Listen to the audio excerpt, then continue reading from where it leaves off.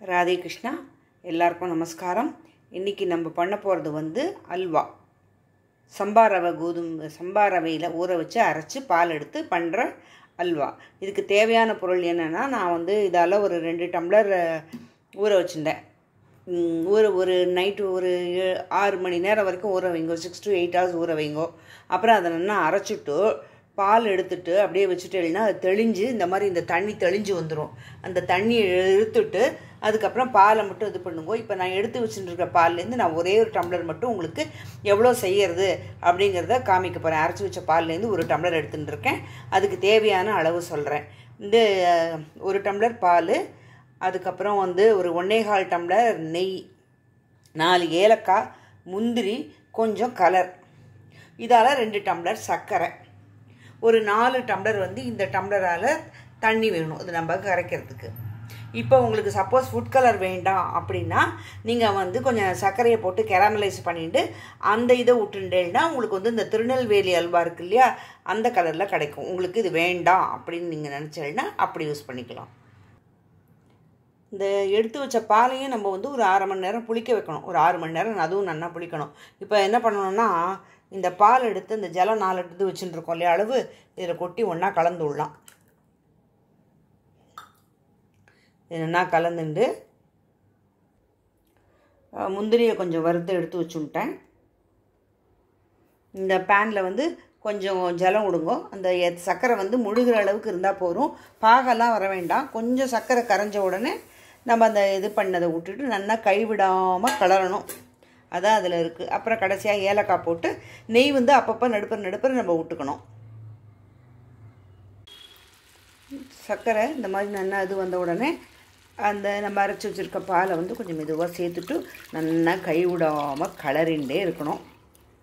கொஞ்சோண்டு உப்பு போட்டிருக்கேன். அப்புறம் நல்லா அதுவான பிறகு கொஞ்சம் ஃபுட் கலர் சேர்க்கணும். நான் கேரமலைஸ் பண்ணலை, இன்றைக்கி ஃபுட் கலர் தான் சேர்க்க போகிறேன். கலரி விட்டுட்டே இருக்கணும். இது டைம் எடுக்கும். பாருங்க, இப்போவே வந்துடும் நன்னா. அதனால் கைவிடாமல் கலரணும். கொதிச்சுருக்கு, நல்லா டைம் எடுக்கும். அது நல்லா கொதிக்கட்டும். பக்கத்துலேயே இருந்துட்டு கலரி விட்டுட்டே இருக்கணும். ஆனால் இது அந்த அல்வா ரொம்ப டேஸ்ட்டாக இருக்கும். அந்த காலத்தில் ஏதாவது ஒரு விசேஷம் அப்படின்னா இந்த அல்வா எல்லாம் பண்ண மாட்டாங்க.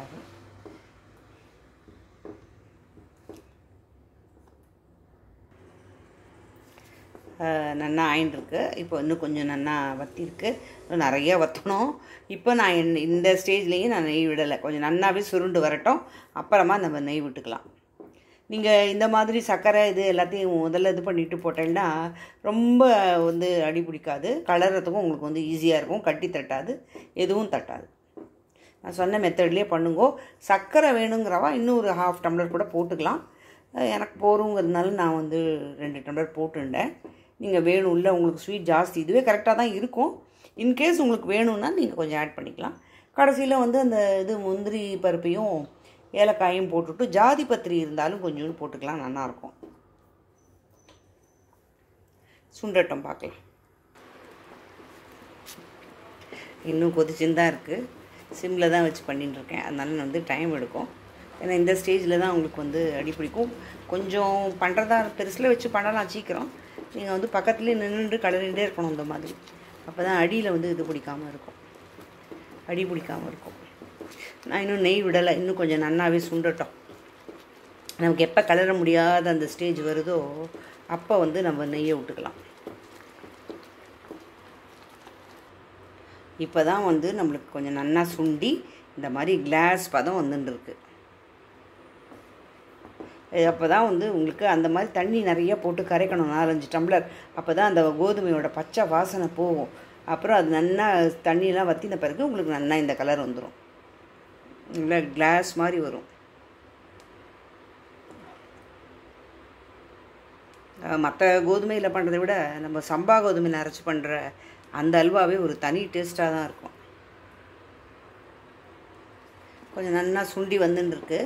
இப்போ என்ன பண்ணுங்க, இந்த ஸ்டேஜில் கொஞ்சம் கொஞ்சமாக நெய் விட்டு கலருங்க. ரொம்ப மொத்தத்தையும் குத்துறாதீங்க, கொஞ்சமாக நெய் விட்டு விட்டு கலரிகிட்டே இருக்கணும். அது கெட்டி பட்டுனே இருக்குது.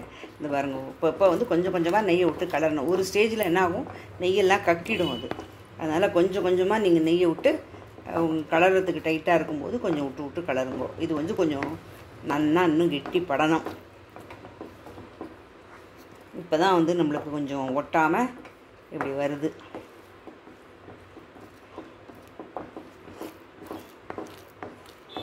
அப்படி இன்னும் நல்லா சுருண்டு வரணும்.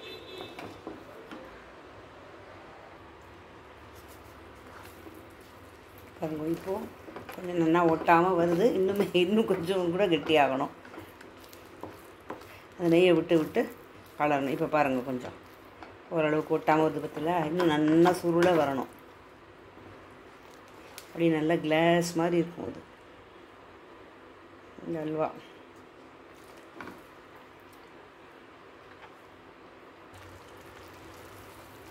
அவ்வளோதான், நல்லா ஓரளவுக்கு வந்துடுத்து. அப்புறம் நம்ம ஆற விட்டுட்டோன்னா அது இன்னும் கொஞ்சம் கெட்டியாகும். ஸோ ரொம்ப கெட்டி ஆகணும் அப்படின்னா இன்னும் கொஞ்சம் கலரணும். இதுவே நல்லா தான் வந்துடும், கொஞ்சம் ஆறினா நல்லா வந்துடும். ஆனால் அதை டிஸ்டர்ப் பண்ணக்கூடாது, அப்படியே வைக்கணும். அதுக்கப்புறம் வந்து இப்போது இந்த ஏலக்காய், முந்திரி பருப்பு எல்லாத்தையும் போட்டுருவோம். அவ்வளோதான், கலரிட்டு கொட்டிட்டோன்னா நம்மளோட அல்வா ரெடி. ஆற வச்சு தான் போடணும். அவ்வளோதான், இறக்கியாச்சு. இந்த பாருங்க, இப்படி இருக்கணும். கொட்டினா தட்டில் இது நல்லா முந்திரி பருப்பு இது எல்லாத்தையும் நல்லா ஒன்றா கலக்கிடுங்கோ. நம்ம எடுத்து வச்ச நெய்யில் கூட அவ்வளோ நெய் ஆகலை, கொஞ்சம் இது பண்ணி தான் இருக்கேன். இப்போ பாருங்கள், விட்டுன்றோம், நெய் விட்டுன்றோம். இப்போ பாருங்கள், நல்லா இந்த ஸ்டேஜில் நீங்கள் இறக்கிட்டு தட்டில் கொட்டிட்டு நல்லா ஆற வைக்கணும். சில பேர் என்ன பண்ணுவான்னா, சூடாக இருக்கும்போதே கொஞ்சம் நெய் விட்டு அப்படியே எடுத்து சாப்பிடுவா. அந்த மாதிரி வேணும்னா கொஞ்சம் சூடாக போட்டுட்டு நெய் விட்டுட்டு சாப்பிட்றது. இப்போ பாருங்கள், இதுவே இப்போவே கொஞ்சம் கெட்டியாக தான் இருக்குது. இன்னும் நல்லா ஆறிடுத்துனா நல்லா கெட்டி ஆகிடும். இந்த பாருங்கள், அப்படியே விழுறது பாருங்கள், வழிக்கிண்டு. இந்த மாதிரி தான் வந்து சூடாக இருக்கும்போது சில பேர் வந்து நெய் விட்டு சாப்பிடுவா. அவ்வளோதான், இது பக்குவம் கரெக்டாக தான் இருக்கும். இது வெளில வந்துடும். ஆனால் நல்லா ஆறணும். ஆறின பிறகு போட்டுட்டு அப்புறமா பார்க்கலாம். தேங்க்ஸ் ஃபார் வாட்சிங் my channel and subscribe me please.